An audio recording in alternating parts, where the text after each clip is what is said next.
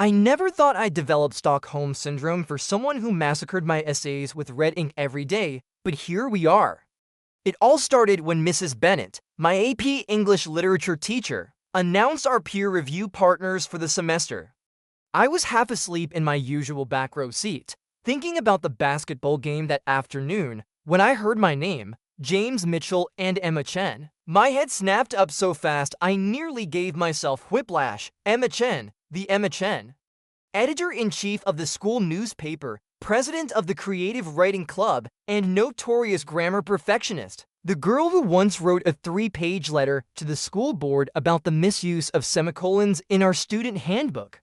That Emma Chen, a few seats ahead. Emma turned around and gave me a small, professional nod. She was wearing her signature look, crisp white button-down, perfectly pressed plaid skirt, and those vintage cat-eye glasses that made her look like a 1950s librarian who was about to shush you. A red pen was already perched behind her ear like a weapon ready to be drawn.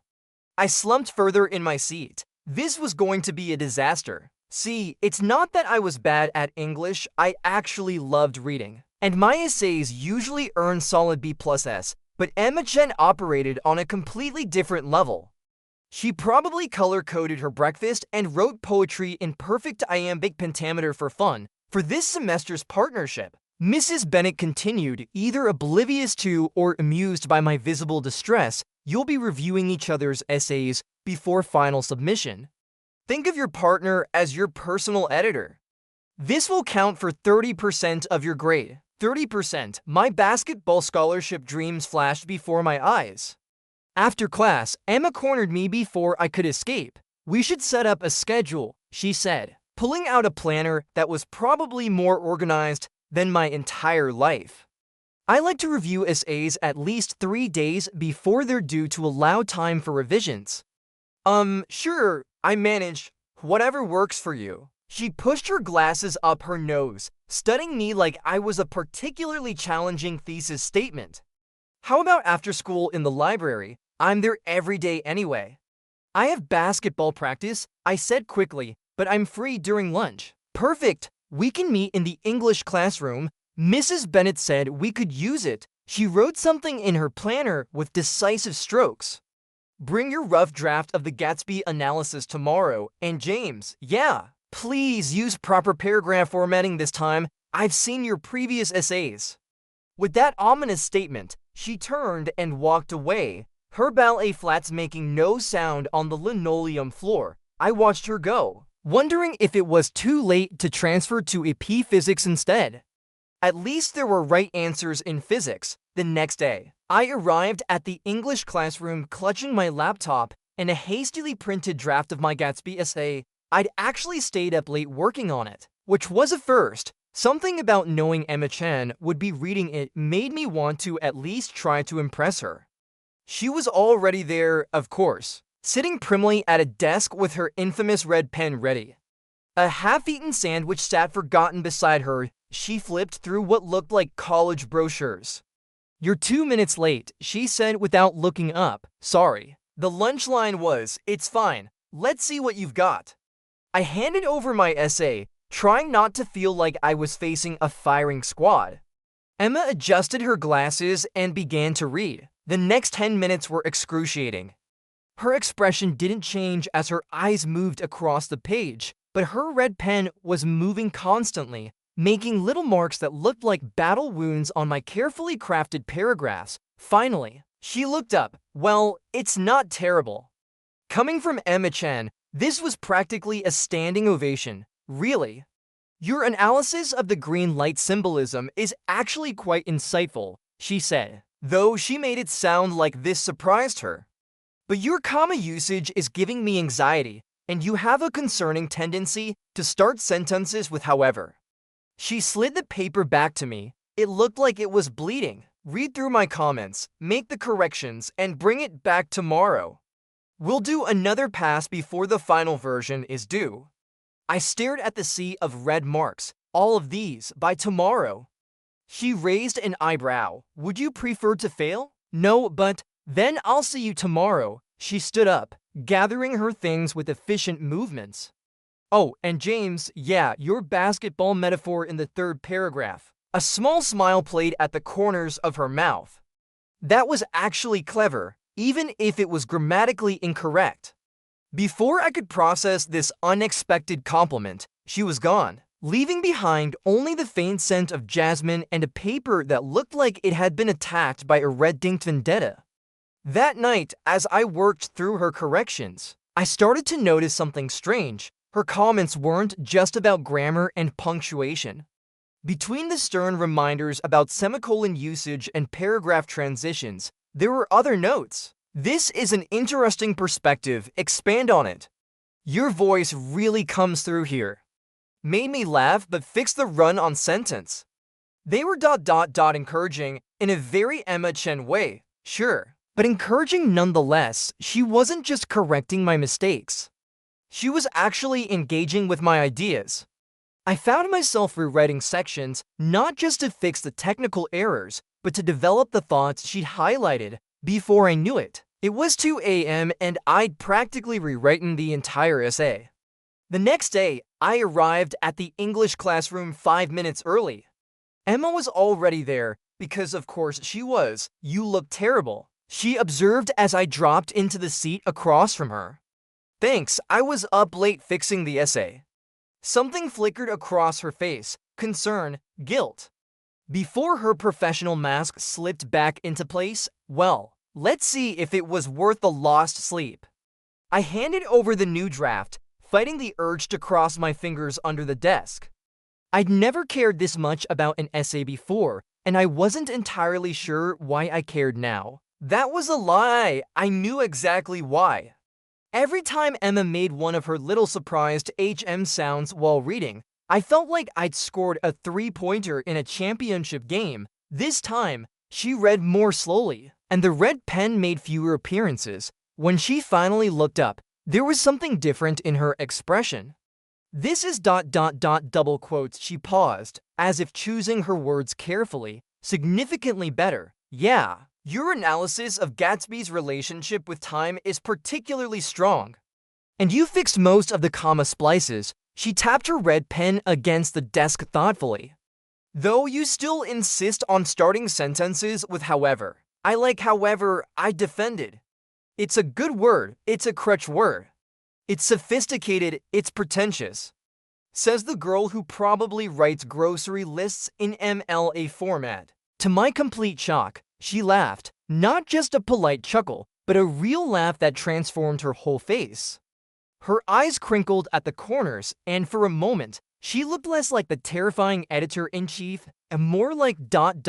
well, just a girl, a really pretty girl, actually. The thought hit me like a badly aimed basketball to the head. I quickly looked down at my essay, hoping she couldn't see the sudden heat in my cheeks. "Same time tomorrow?" I asked. Gathering my things ... she nodded, already back to her composed self. "Don't forget we start Hamlet next week. I expect your theories about Ophelia to be less cliché than the basketball metaphors." No promises. As I headed to my next class, I realized something disturbing. I was actually looking forward to tomorrow's review session. Maybe I really did have Stockholm Syndrome, or maybe, just maybe, there was something more interesting than red ink hiding behind those cat-eye glasses. Either way, I was in trouble. 2 weeks into our daily lunch sessions, I made a startling discovery. Emma Chen was human after all. It happened during our Hamlet discussion. I was defending my less than CLEK acute theory about Ophelia. Turns out, having a sister who's really into feminist literature can give you some interesting perspectives. When I noticed Emma was unusually quiet, double quotes ... So basically, if you look at Act 4, Scene 5 through a modern psychological lens, I stopped mid-sentence. "Are you okay?" She blinked rapidly behind her glasses.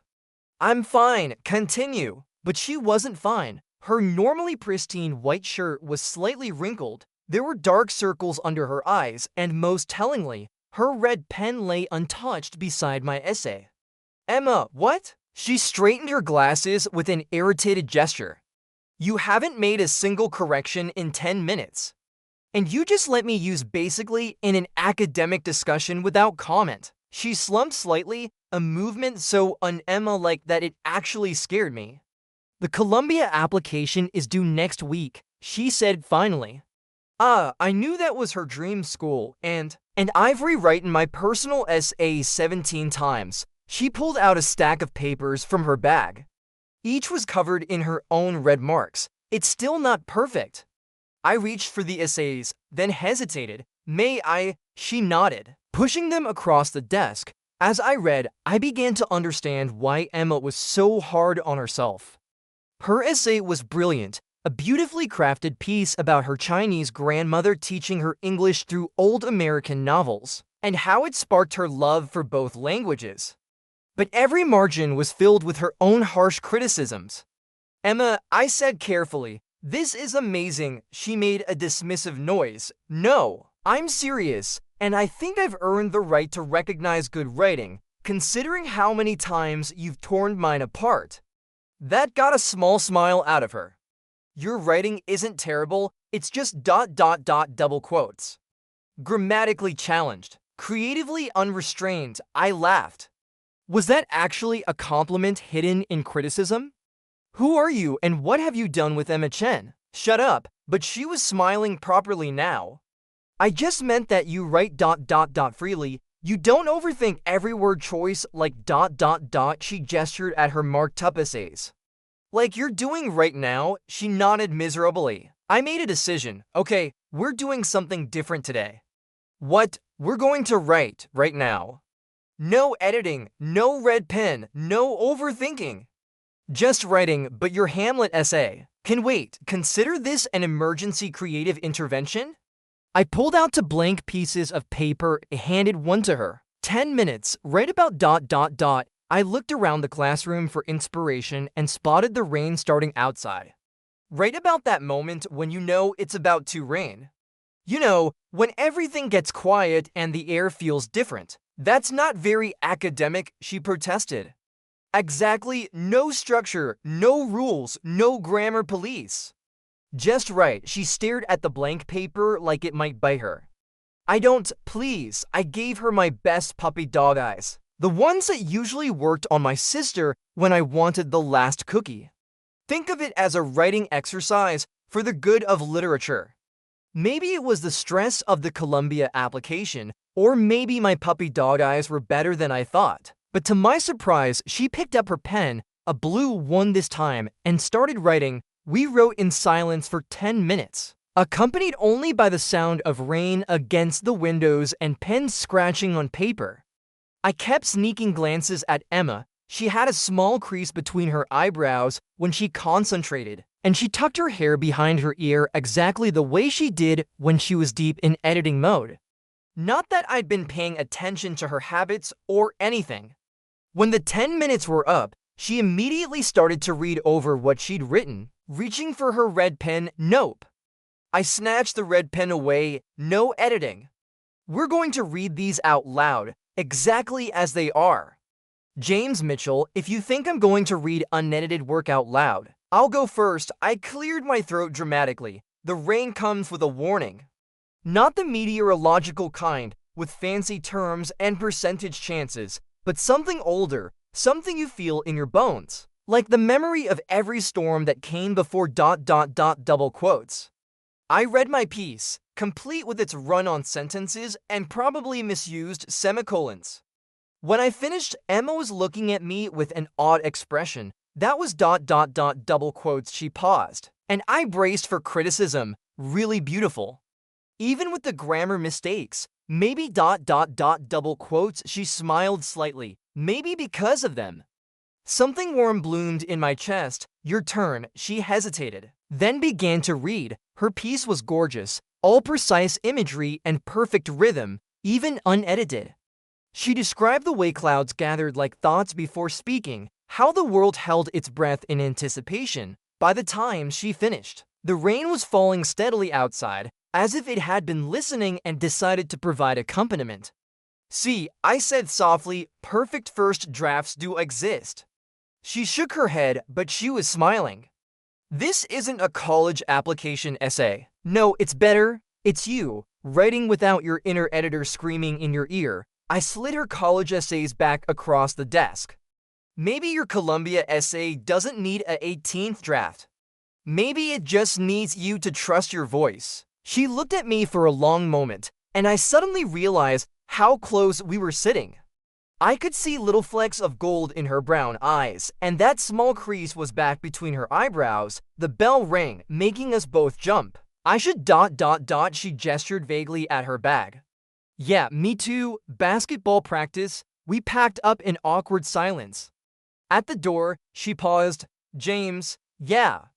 Thank you. For ... double quotes, she waved her hand at the rain-streaked windows, the abandoned papers on the desk, the whole strange interlude. Anytime, and Emma, HM at Columbia would be stupid not to accept you. Her smile stayed with me through the rest of the day, distracting me so much during practice that coach made me run extra laps. But even as I was dying on my 15th lap around the gym, I couldn't bring myself to regret it. The next day, I found a new draft of my Hamlet essay in my locker. The red marks were still there, but between them were other notes in blue ink, little observations, questions, even a few jokes. And at the bottom, in her perfect handwriting, Europhilia theory isn't completely terrible. Also, you only used however twice, progress. I smiled, tracing the words with my finger. Progress indeed. What I didn't know then was that Emma had already slipped her Columbia application into the mail that morning, with her original essay, unedited and perfect in its imperfection.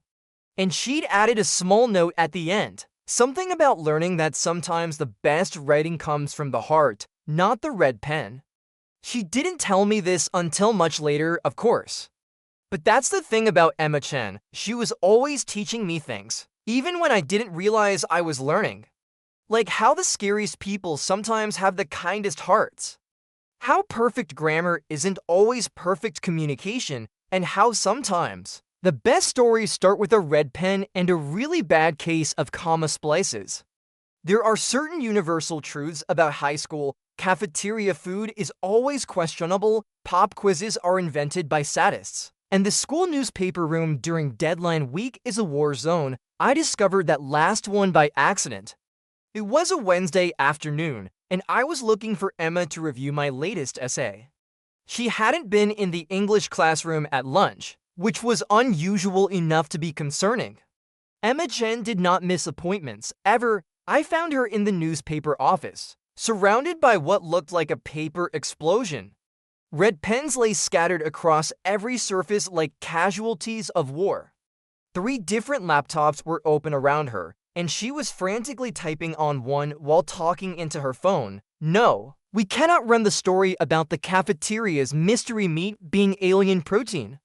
I don't care if you have sources. She hung up and immediately started typing again, not even noticing me in the doorway. Emma, she jumped, finally looking up. Her hair was falling out of its usually perfect bun, her glasses were slightly askew, and she had what looked like printer ink on her cheek. She was adorable. James? What are you? Her eyes widened. Oh no! Our review session, I completely forgot. It's fine. Are you okay? She laughed, but it had a slightly hysterical edge. Oh, I'm great. My lead story fell through, my layout editor has the flu, and the principal wants to review all content before publication, which means everything needs to be perfect by tomorrow morning instead of Friday. And she stopped, taking a shaky breath. I'm fine. I looked at the chaos around her, then at my watch. Basketball practice started in 20 minutes, but ... What do you need? What to get this done? What do you need? She blinked at me. You don't have to. Emma, I dropped my bag and rolled up my sleeves. What do you need? She stared for another moment, then seemed to make a decision. Can you proofread these articles? Just mark anything that looks wrong. I trust your judgment. The fact that Emma Chen was trusting me, the king of comma splices, with proofreading responsibility told me exactly how desperate the situation was. Give me a red pen for the next 3 hours. I became part of the organized chaos that was the school newspaper. I proofread articles, made coffee runs, and even helped interview a last-minute replacement for the lead story. Turns out the basketball team's recent winning streak was more interesting than alien cafeteria food. Emma was in her element. Despite the stress, she moved between tasks with laser focus, managing her staff with a mix of encouragement and terrifying efficiency. Every now and then, she'd pass by where I was working and drop a quick comment or correction, her hand brushing my shoulder. By 6 o'clock, we had a complete paper ready for the principal's review. The remaining staff members staggered out, leaving just Emma and me in the wreckage of deadline day. I missed practice, I realized, checking my phone to find 3 missed calls from coach.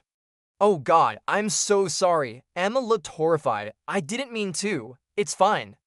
I'll run extra laps tomorrow." I started gathering the scattered red pens. Besides, this was actually kind of fun. Fun, she raised an eyebrow.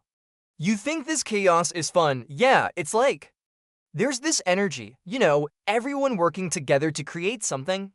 It's not that different from basketball, really. Did you just compare my newspaper to sports? Hey, you use my basketball metaphors in essay feedback all the time." That single quotes double quotes. She paused, then laughed. "Actually true, I guess you're rubbing off on me." The horror. She threw a red pen at me, which I caught easily. "Nice catch, nice throw, you should try out for the team." And risk breaking a nail, my mother would disown me. The casual mention of her mother surprised me. Emma rarely talked about her family, despite making me read that beautiful essay about her grandmother. Would she really? I asked carefully. Emma's smile faded slightly. "No, but she'd give me that look. The one that says this isn't what we planned for your future." Ah, the look, I know it well. I sat on the edge of a desk. My dad gives me that look whenever I talk about studying English in college instead of business. She looked at me sharply. "You want to study English?" I shrug, suddenly self-conscious. I love basketball, but I love writing too. "Is that weird?" "No," she said softly. "It's not weird at all." There was something in her voice that made me look up. She was watching me with an expression I'd never seen before, like she was seeing me for the first time, really seeing me. "What? Nothing, just ... she smiled. "You surprise me sometimes." James Mitchell. Good surprises or bad surprises? Definitely good. The room felt smaller suddenly, more intimate in the fading afternoon light. Emma was still looking at me with that soft expression, and there was a smudge of ink on her cheek that I desperately wanted to wipe away. My phone buzzed again, probably coach with another angry message, breaking the moment. "You should go," Emma said, turning away to gather her things, "before coach makes you run laps until graduation." Probably I didn't move. "Hey, Emma, HM. Next time you need help with the paper ... just ask, okay?" She paused in packing up her laptop, "even if it means missing practice." Even then, she nodded slowly, "Okay?" I was almost at the door when she called my name. "James." "Yeah, you used however 3 times in your latest essay, but ... double quotes." She smiled, that small, secret smile that was becoming my favorite thing to see. "I think I'll let it slide this time." The next morning, I found a copy of the newspaper in my locker. On the front page, right under the basketball team story, was a small note in familiar red ink. "Thanks for being my backup editor. Your comma usage is still atrocious, but your heart's in the right place, E." I traced the letters with my finger, smiling like an idiot until my sister elbowed me and asked what was wrong with my face. Everything was wrong with my face, actually, because I, James Mitchell, was falling hard for the girl with the red pen, and I had no idea what to do about it. What I did know was this: I would happily miss every basketball practice for the rest of the year if it meant spending more afternoons in that chaos of papers and red pens, watching Emma Chen run her newspaper empire and accidentally getting ink on her perfect white shirts. Coach was going to kill me. The thing about falling for your essay editor is that eventually, you have to write something she can't correct with a red pen. I realized this during our daily lunch session. Watching Emma mark up my latest paper, she was wearing a new sweater today, soft blue that made her look less like a strict editor and more like someone you'd want to hold hands with while walking through falling leaves. Not that I'd been thinking about that. Your analysis of Thoreau's relationship with nature is actually quite ... double quotes. She paused, tapping her red pen against her bottom lip, a habit I found unfairly distracting. Poetic. Is that your way of saying I'm being too flowery and not academic enough? No, it's my way of saying it's poetic. She gave me one of her rare full smiles. Though your semicolon usage is still creative at best, you love my creative semicolons. I tolerate them, there's a difference. But she was still smiling, and there was a softness in her eyes that made my heart do complicated gymnastics routines. That's when Tyler Wong from the basketball team burst into the classroom. Mitchell, you're never gonna believe. Oh, he stopped short, looking between Emma and me with sudden interest. Sorry, didn't mean to interrupt your ... study session. Something about the way he said study session made my face heat up. What's up, Tyler? Scout from UCLA is coming to Friday's game. His grin was infectious. Coach just found out. This could be your shot, man. My stomach dropped. UCLA, one of the top basketball programs in the country. The kind of opportunity that could secure my entire future. That's, wow, I know, right? Extra practice tonight and tomorrow. Coach wants us perfect for Friday. Tyler was practically bouncing with excitement. Then he seemed to remember Emma's presence. Oh, sorry about your tutoring thing. It's fine. Emma said quietly, we can reschedule. Her voice was perfectly neutral. Editor-in-chief Emma was back, all professional distance and red pen authority. The soft, smiling girl from moments ago had vanished. Emma, you should go practice. She was already packing up her things, movements precise and efficient. The conclusion needs work anyway. We can review it next week. Before I could respond, she was gone, leaving behind only the faint scent of jasmine and a half-marked essay. Tyler let out a low whistle. Dude, are you and Chen? No, I said quickly, too quickly. We're just study partners. Right, he didn't look convinced. Well, come on, coach is waiting. The next 2 days were a blur of intensive practice. Coach worked us harder than ever, and by Thursday night, every muscle in my body was screaming. But it was worth it, had to be worth it. I tried texting Emma. Rain check on essay review, sorry about missing lunch sessions. How many semicolons is too many semicolons? Her responses were polite but brief. Of course, no problem. There's no such thing as too many, according to your writing. Something was off, but I couldn't focus on that now. The UCLA scout was coming tomorrow. This was my future on the line. Friday morning, I found a note in my locker. For a moment, my heart leapt, but it was from Mrs. Bennett, not Emma. James, your midterm creative writing piece is due Monday. Remember, this is 40% of your grade. Mrs. B, the creative writing piece.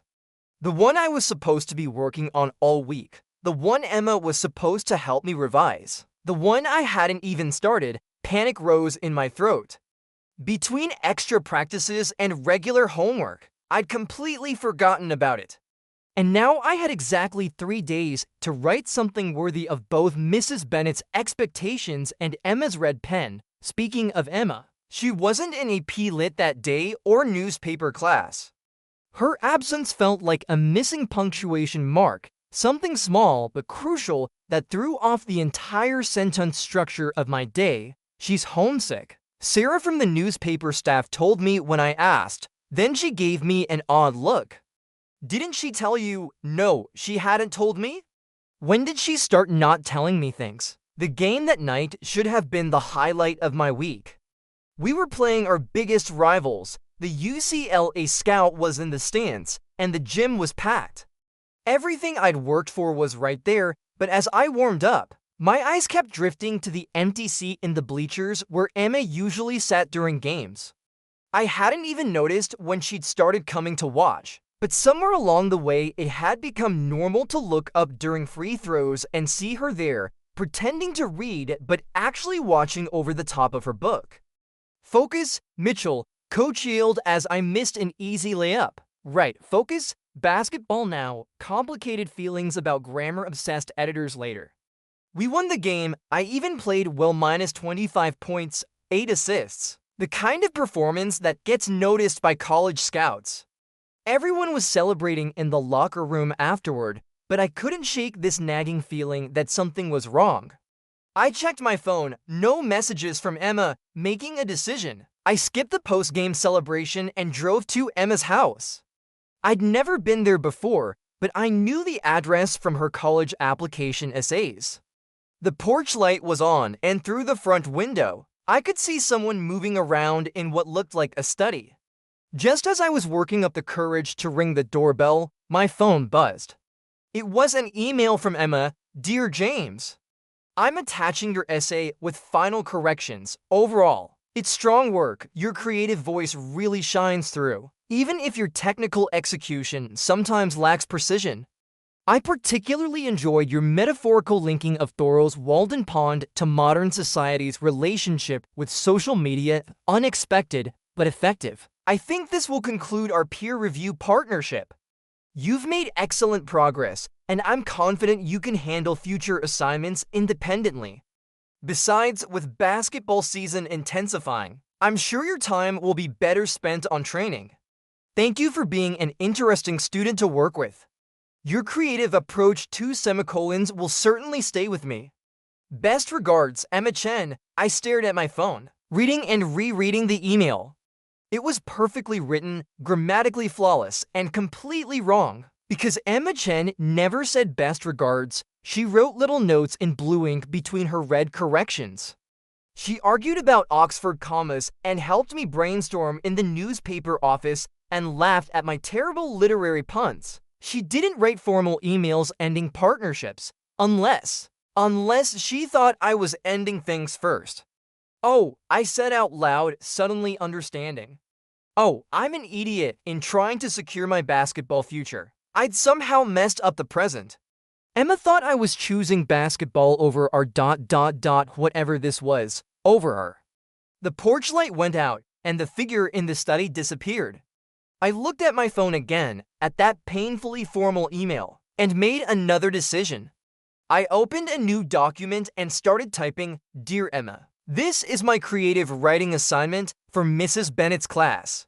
It's about a boy who was too stupid to realize that sometimes the best things in life come with red ink and grammar corrections. Double quotes. I wrote all night, not caring about semicolons or proper paragraph structure or any of the rules I'd learned. I just wrote the truth. And on Monday morning, I left the essay in Emma's locker, along with a brand new red pen and a note. This needs your edits, and maybe I do too, J. P.S. I definitely used however at least 12 times. Come find me when you're done counting them all. Now, I just had to wait and see if she would. Waiting for Emma to read my essay was the longest 47 minutes of my life. Yes, I counted. No, I'm not proud of it. I spent first period staring at the clock, second period checking my phone, and by third period, I was seriously considering pulling the fire alarm just to create a distraction. The only thing stopping me was the knowledge that Emma would definitely dock points for such dramatic punctuation of the school day. Then, halfway through fourth period calculus, my phone buzzed, English classroom, now. I'd never been happier to see a grammatically incomplete sentence from Emma Chen. Family emergency, I told my calculus teacher. Probably not very convincingly since I was already halfway out the door. I found Emma sitting at our usual desk, my essay spread out before her. The pages were covered in red ink, more than I'd ever seen her use before. Her hair was down today, falling around her face like she'd been running her hands through it while reading. She didn't look up when I came in. 13, she said. What? You used however 13 times? Not 12, she still wouldn't look at me. And your comma usage is still atrocious, Emma. You mixed up affect and effect twice. Her voice was shakier now. And this metaphor about red ink being the color of changing stories. Completely overwrought, I know.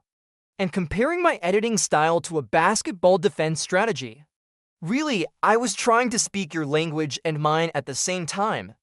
Finally, she looked up. Her eyes were bright behind her glasses. You wrote about me, yeah. The whole thing is about me, yeah. Why? I moved closer until I was standing right next to her desk. Because you're the best story I know how to tell. She looked down at the essay again, her finger tracing one of her red marks. You wrote that my red pen corrections are like love letters in disguise. Well, aren't they? Her head snapped up. What? Come on. Emma, no one spends that much time correcting someone else's grammar unless they care about what that person has to say. I picked up one of the earlier essays from her desk. Look at this. You wrote a whole paragraph in the margins about how my basketball metaphor for Hamlet's indecision was unexpectedly insightful. That's just good editing. You draw little stars next to sentences you particularly like for reference purposes. You started using bluing for positive comments because you knew I was getting discouraged by all the red. She fell silent. Emma Chen, I said softly, you're the most eloquent person I know. But maybe this time, you've been letting your red pen do the talking for you. She stared at me for a long moment. Then, very deliberately, she picked up her red pen and wrote something at the bottom of my essay. I leaned over to read it. Your thesis about actions speaking louder than words would be stronger if you provided concrete examples. Before I could feel disappointed, she pulled out a blue pen and added, here's one. I've been to every home basketball game this season. I don't even like basketball. My heart stopped. Here's another. She continued writing. I have 37 drafts of emails I never sent you this weekend.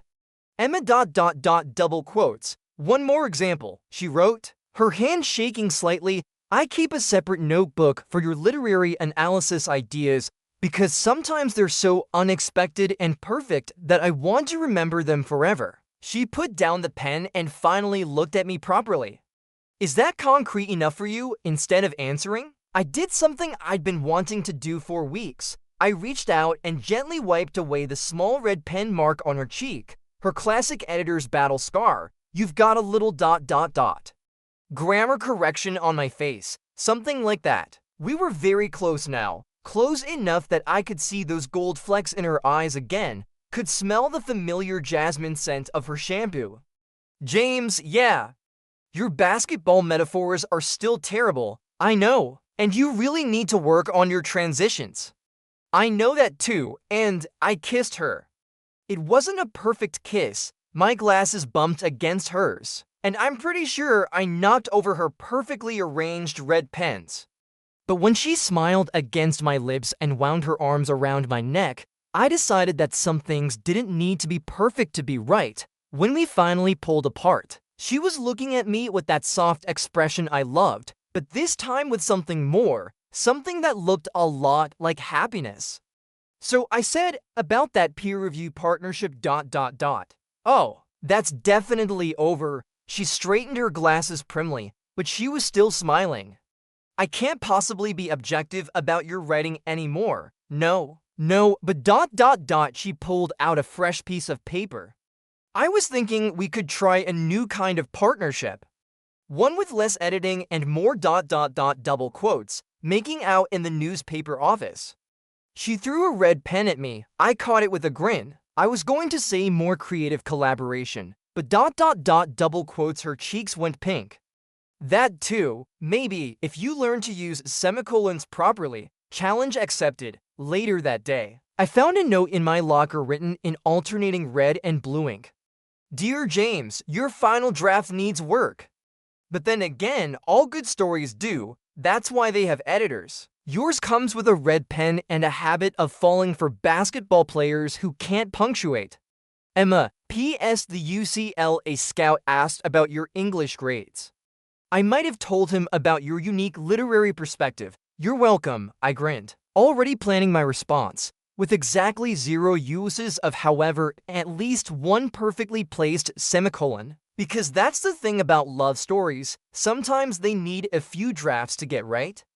Sometimes they come with red ink and grammar corrections and basketball metaphors that don't quite work, and sometimes, if you're really lucky, they come with an editor who sees the poetry in your run-on sentences and the promise in your misplaced modifiers. Even if she does make you rewrite the ending 13 times.